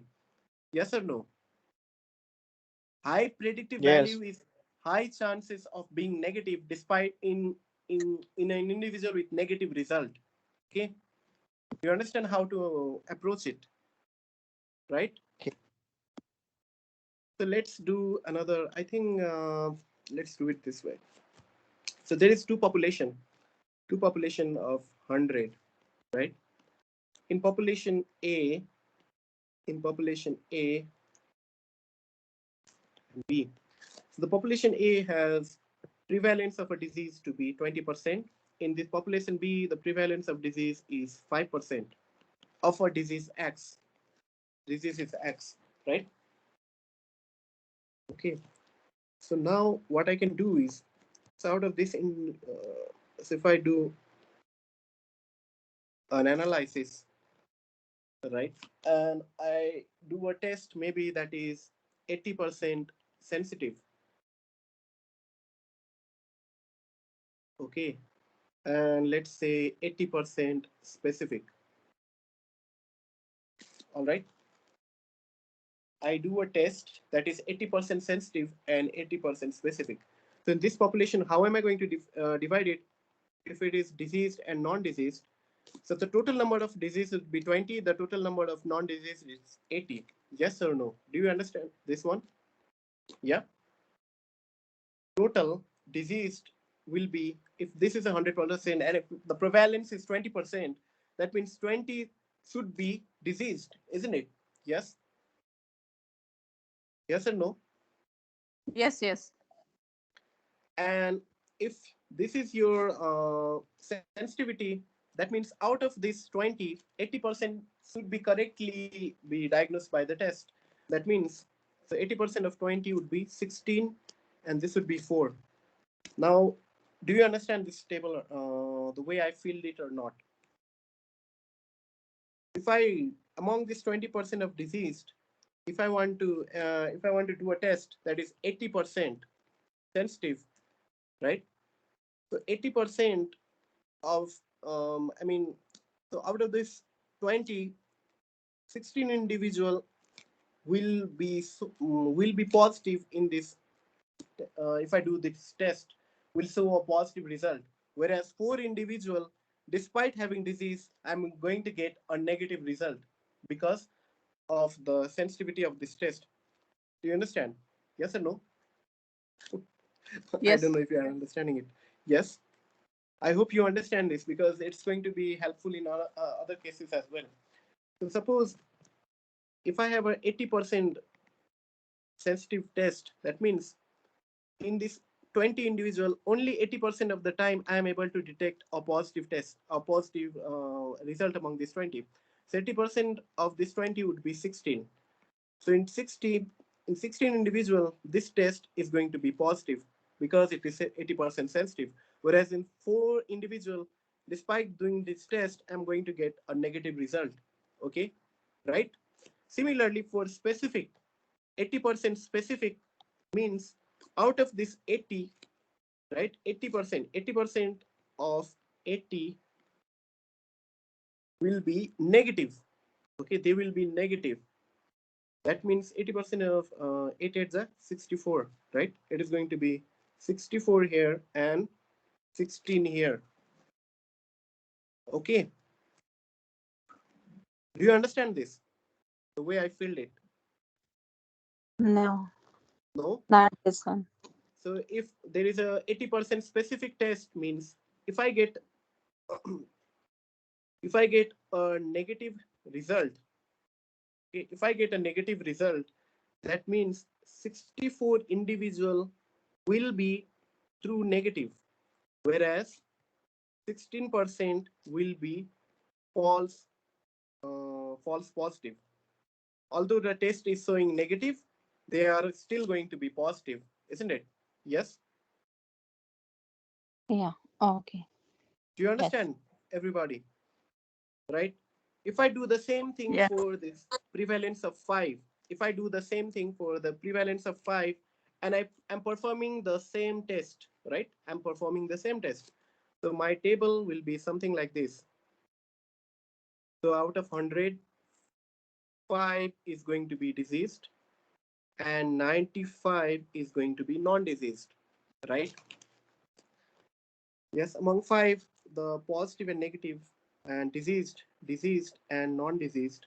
So 5 80% of 5 is 4. It's going to be 1. All right. So 95, 80% of 95, oh my God, it's going to be a greater value. I'm not sure how much it is. Can you calculate 80% of 95? I think it is 84. And this would be what? This would be 11. Please calculate 80% of 95. 80% is 76. 76. Mhm. I'm really bad at math. Okay. That is 76, right? What about this one then? It's going to be 19. 19, right? Okay. Nice. So Yeah. now what you do is you calculate the positive predictive value for this one and you calculate the positive predictive value for this one. Please do that yourself. You know how to calculate positive predictive value, right? You move from here this way, from here this way.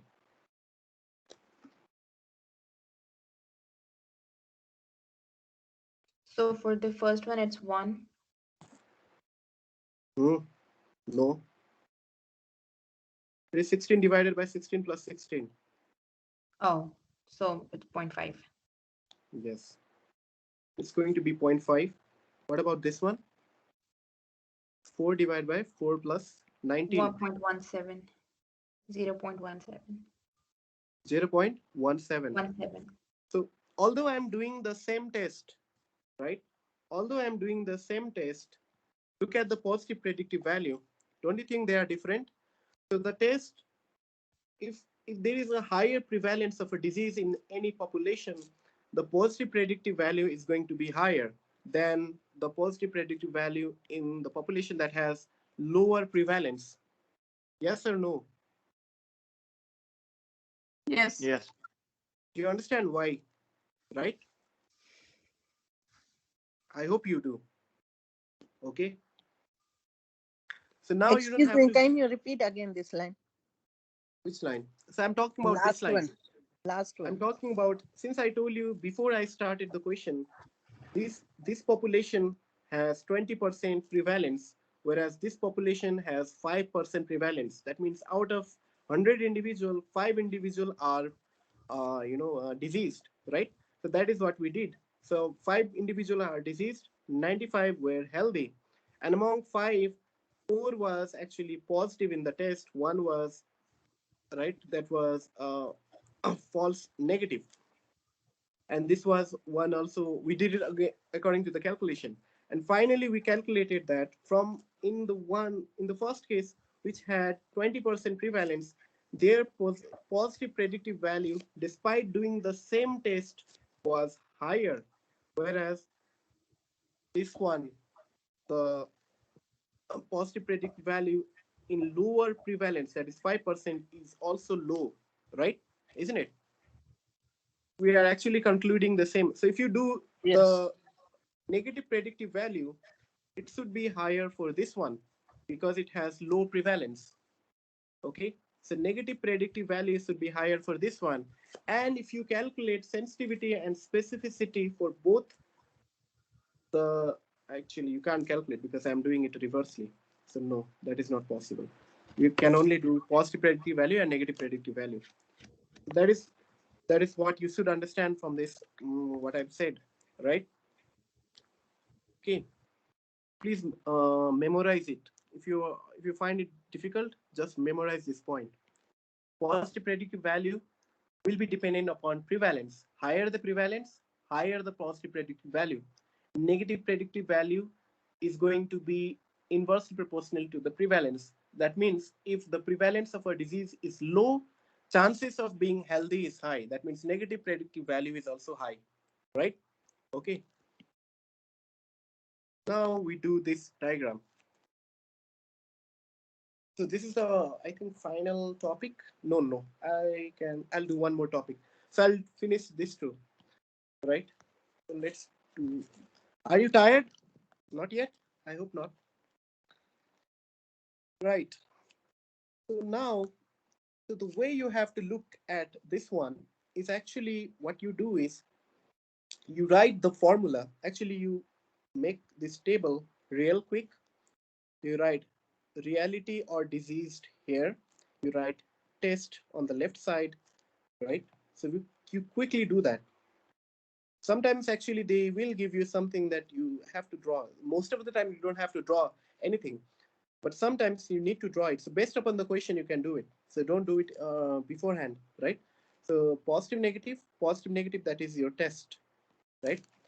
Suppose if I have designed a test, right, and this is the reality. Suppose let's say a value of PSA.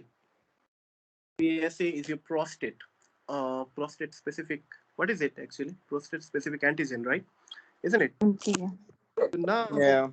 if I keep on increasing the value of prostate specific antigen, right?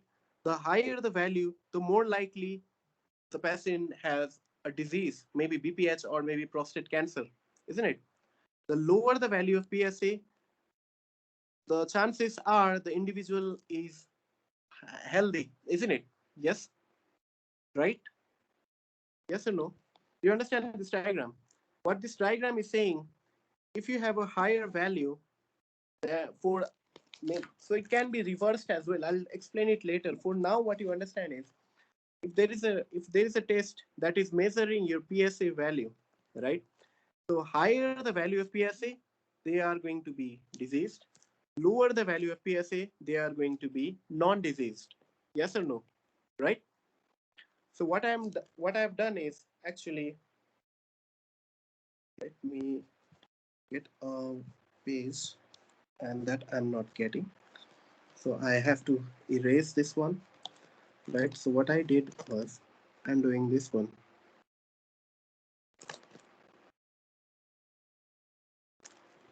Okay. So this is actually the variation of PSA level in a healthy population. The left is actually the variation of PSA level in healthy population, whereas the red one would be your variation of PSA in maybe prostate cancer. All right. What you need to know is, at, at this point, it is highly likely, higher the value you go, the more, these two are going to overlap somewhere, isn't it? Yes. Yes or no? Yeah. Yeah. Okay. So now what I do is, I draw a line. So anything that is from this point in this direction, right? These are truly healthy. We call it truly negative, right? They are healthy, right? Anything past this line would be truly diseased. There is no doubt they have the disease, right? Or we call it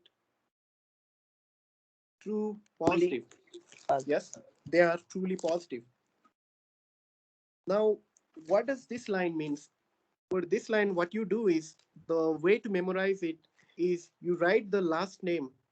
So if this is negative, this is going to be negative. The first name is going to change. So it's going to be false negative. So this triangular area is going to be your false negative. All right. Whereas this part, this part, again, last name stays together. That is going to be positive. But instead of true, it's going to be false positive. Okay. Do you understand how I've done it? No. What didn't Yes. you understand? What is the problem? Please tell me what is the In problem. between these true negative and true positive, this triangle, I cannot Yes, understand. this triangle, you don't, so don't know what is the literal meaning. You understand it, what, how you are going to draw it. You are going to draw it like, if this is your true positive, right, or the truly healthy, this box will be false negative. All right, just know it. And if this is your true positive, this box will be false positive. I'll explain it how now, what to do with this one, right? So now the way they are going to ask is, they are going to mark you a point. They'll give you Excuse A. me. It means false negative means a test is negative, disease is positive. That means. False negative means test is false negative means test is negative, disease is positive. Yes, you're right. Okay. Yes, In this triangle, this indicate that false negative and false yes, positive. yes, yes. I'm showing you the way to make the diagram. So what they have done is, this one is disease absent means truly negative, disease present means truly positive. So what I do is I take the last value, I write it here, and then instead of true I write positive. Again, I take the last value, I write it here. Instead of true, I write false positive. So this is the way to draw it. Okay, to draw it, right? So now what they will ask is, if I, so there's going to be A, B, and C. If I shift this B from here to towards C, if I'm shifting B towards C, what is going to happen to sensitivity?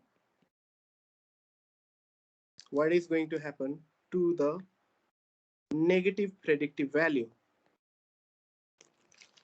Okay, what is going to happen to the negative predictive value? So now, first, what I will do is, okay, do you get the question? Right? Do you get the question?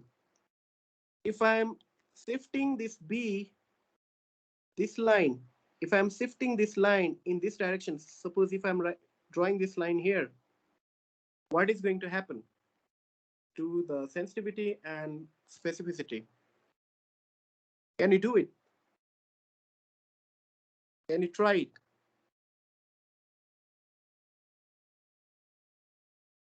Okay, let me make it more clear. If I'm shifting B from B to D, okay, something like, now it becomes something like this, right? If I shift from B to D, what happens to sensitivity? What happens to negative predictive? Okay, only do it for sensitivity. It is the easiest one. Please do that. Your option is increased, decreased, no change.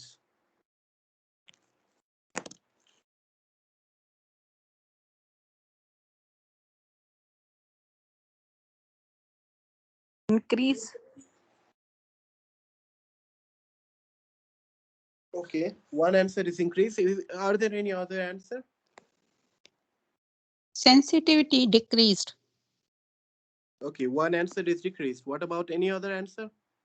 Yeah, sensitivity Okay, decrease. yeah, all right. Give others. Let's hear from them as well. Excuse All me, right. I can hear you. You can't Uh, hear me?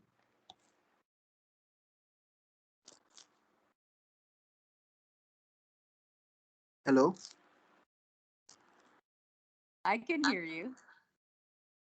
I can hear you. Francisco. Are you not able to hear me?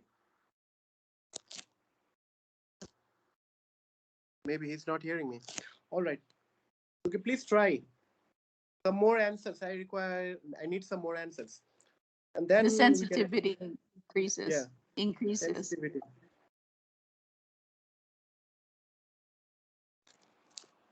Okay, now what we do is we actually write the formula. So sensitivity is actually true positive divided by true positive by false negative, right? Isn't it?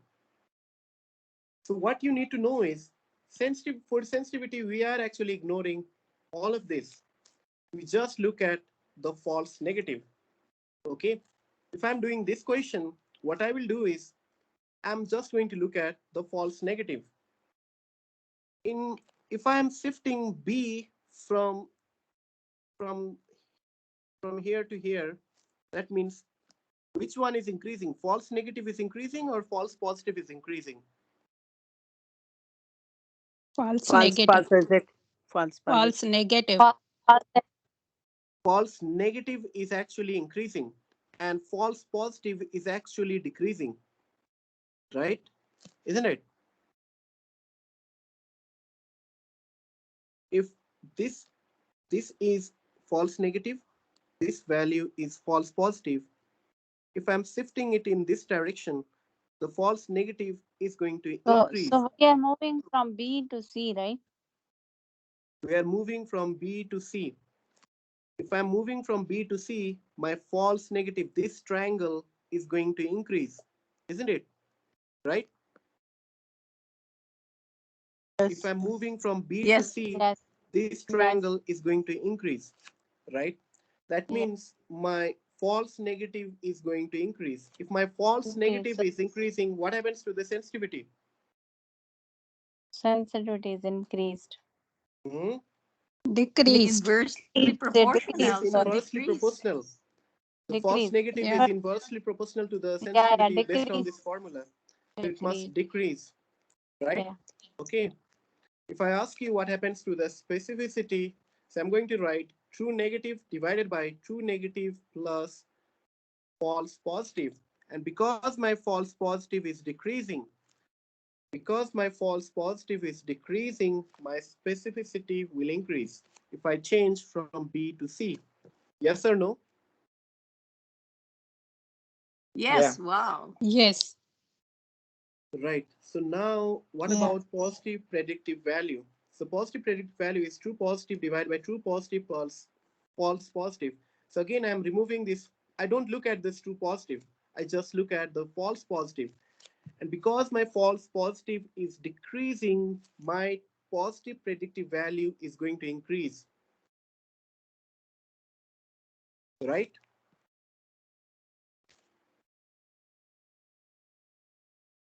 This is actually the formula because maybe we might have some problem with the formula. Okay, you can look at it here, right? So again, positive predictive value is true positive divided by true positive plus false positive. I'm only focusing at the false positive right now. And because my false positive is decreasing, my positive predictive value is going to increase. Okay, any problem Yes. here? Yeah. No. No. No. All right. So that way you will be able to, I think if you are able to do that. But sometimes what happens is, sometimes you have to be very careful how they are writing the question. Instead of, if I'm erasing all of this, so sometimes what they do is actually they will do something like this.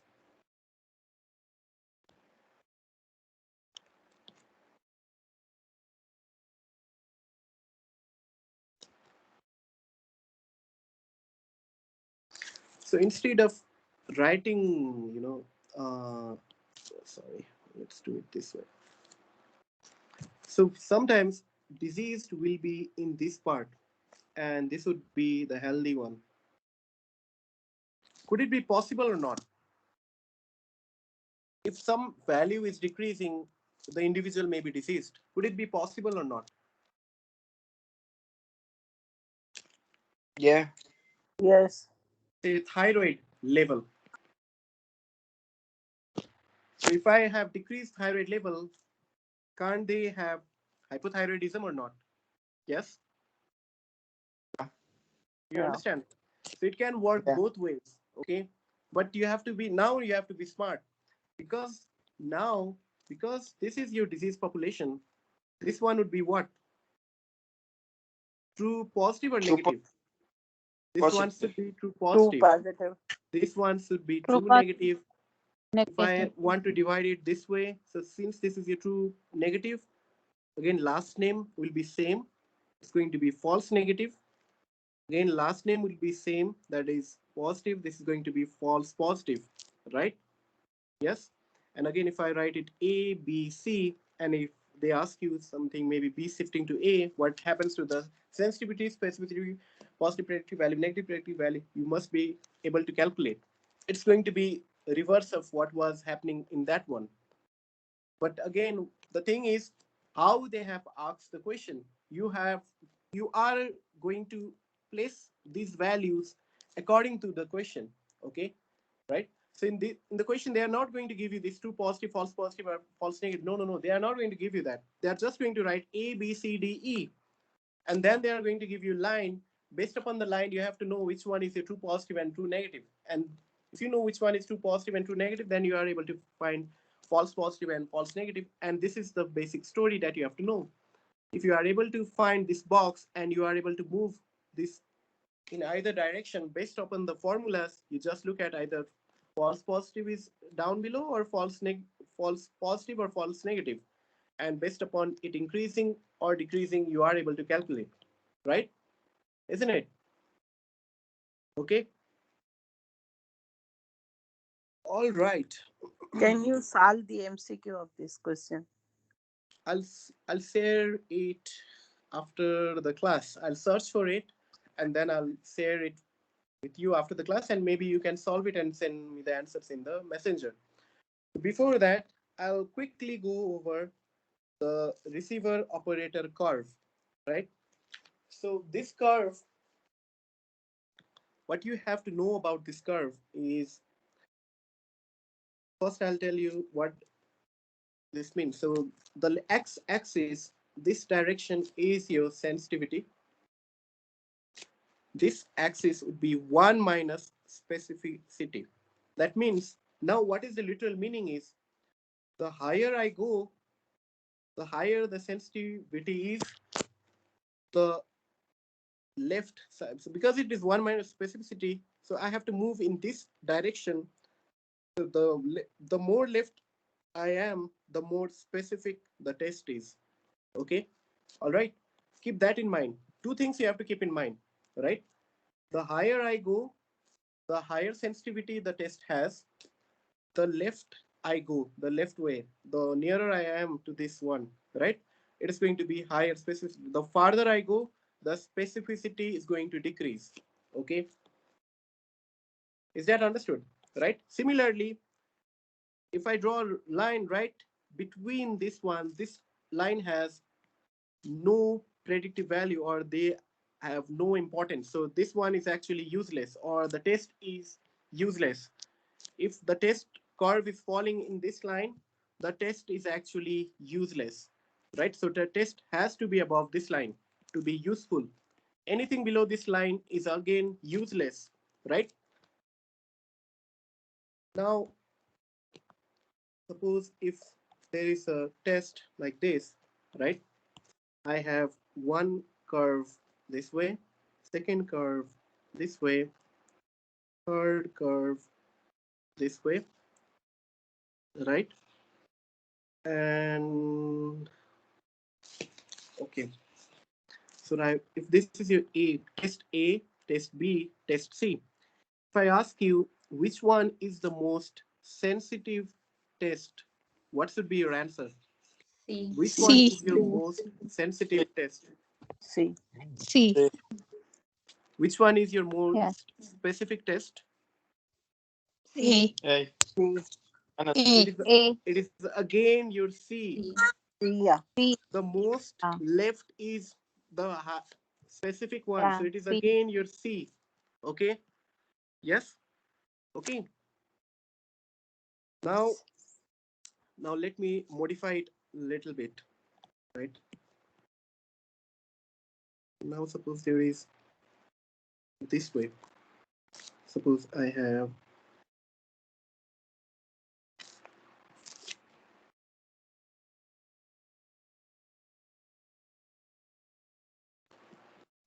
okay. Now suppose now there is your A, B, C. Which one is more sensitive? A. A. A. Which which test is best used as confirmatory test? B. B. B. Which test is best used as screening test? A. A. A. A. Which test is the most okay? You cannot do that. So there is another question called most accurate. Okay. So there is three questions they will ask you. So the first question is, which one is used for a screening test? That is the one with highest sensitivity. That is, you look for this line. Second question is, which one is the most specific test or confirmatory test? That is, you look for the most left one. And the third one is the most accurate. For the most accurate, you look at the area under the curve. Area under the curve, right? In this one, actually, they won't give you this way, they are going to give you something like this. So they'll give you 1, 2, and 3. And A, B, C. If I ask you which one is the most accurate, it's going to be A, because A has the highest area under the curve, right? Isn't it? If I look at the B, this is the area under the curve for B, right? For C, this is the area under the curve for C, isn't it? So A has the highest area under the curve. That is why A is the most accurate. Do you understand? Right? One more thing is most accurate test. If I want to look at the most accurate test, what should its sensitivity and specificity should be? High sensitivity, low specificity, high specificity, low sensitivity, high sensitivity, high specificity, low sensitivity, low specificity. Which one should be? High The sensitivity, high specificity. C. Eyes high C. Yes, it sensitivity. should be high Yeah. sensitivity and high specificity. Okay, the most Yes. accurate test needs to have high sensitivity and high specificity, right? Now, so now if you are able to do this, one final thing is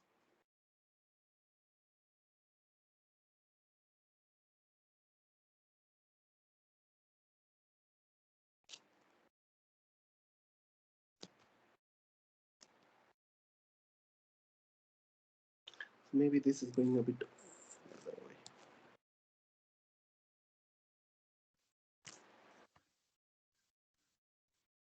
Mm, E right here. E is here. So if I want to know which one is the most accurate test from this graph, which one would be the answer? A, B, C, D, E. Which one is the most B. accurate? B. B. B. Yes, B. B. Which one? B. B. B. Beta. Boy. One A. is E. Boy. What else? E could be that. So the answer is actually B. Yeah. Okay. D. B. B is the answer Yeah. because you need to take that value which is most leftward and most upward, right? Yeah. So D, because it has low specificity, it is not your most accurate, right? Mhm.